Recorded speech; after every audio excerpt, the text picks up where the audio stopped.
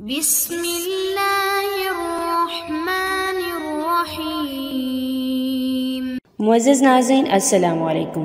معزز ناظرین، جو وظیفہ میں اپنے بزرگوں سے آپ کے لیے لائی ہوں وہ ہے ہر مشکل کام کا آسان ہونا۔ معزز ناظرین، ہم سب جانتے ہیں انسان کی بہت ساری ضروریات ہیں جنہیں اس نفسا نفسی کی عالم میں پورا کرنا بہت مشکل ہے۔ انسان اپنے ہر کام میں تکمیل چاہتا ہے جسے وہ بہت ساری وجوہات کی بنا پر مکمل نہیں کر سکتا۔ انسان اپنے مقاصد کی تکمیل کے لیے صبح سے نکلتا ہے اور شام کو جب مایوس گھر واپس آتا ہے تو اس کا دل پارا پارا ہو چکا ہوتا ہے، اس کے سارے خواب، اس کی ساری خواہشات چکنا چور ہو جاتی ہیں۔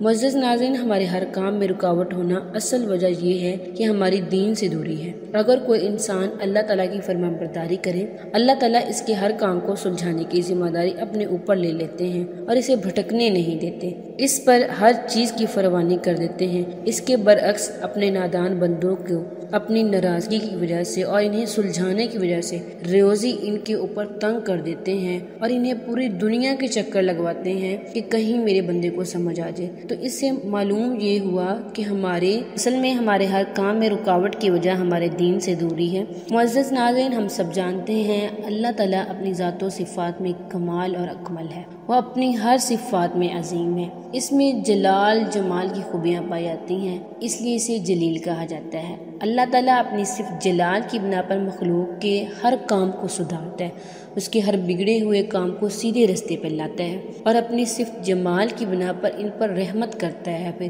اور اپنے اکرام کی بارشیں ان پہ کرتا ہے۔ اگر کوئی شخص اس کے حضور میں اکڑنے کی کوشش کرے تو وہ اس کی گرفت میں آ جاتا ہے، اس لیے اس کے جلال اور عظمت سے ڈرنا چاہیے۔ معزز ناظرین، آپ اللہ تعالیٰ کا مبارک نام یا جلیلو، اس کے معنی ہیں اے جلال و جمال والے۔ اگر کوئی شخص یہ اسم اعظم کو روزانہ 20 دن تک 1600 مرتبہ پڑھے، انشاءاللہ اس کی ہر جائز خواہش پوری ہوگی، اس کا ہر مقصد پورا ہوگا۔ اللہ تعالیٰ کا مبارک نام یا جلیلو، اس اسم مبارک کو اللہ تعالیٰ کا مبارک نام یا جلیلو، اس اسم مبارک کو روزانہ 20 دن تک 1600 مرتبہ پڑھے اور جو مقصد دل میں رکھے انشاءاللہ پورا ہوگا، اور کوئی ضروری حاجت جو پوری نہ ہوتی ہو وہ بھی انشاءاللہ پوری ہوگی۔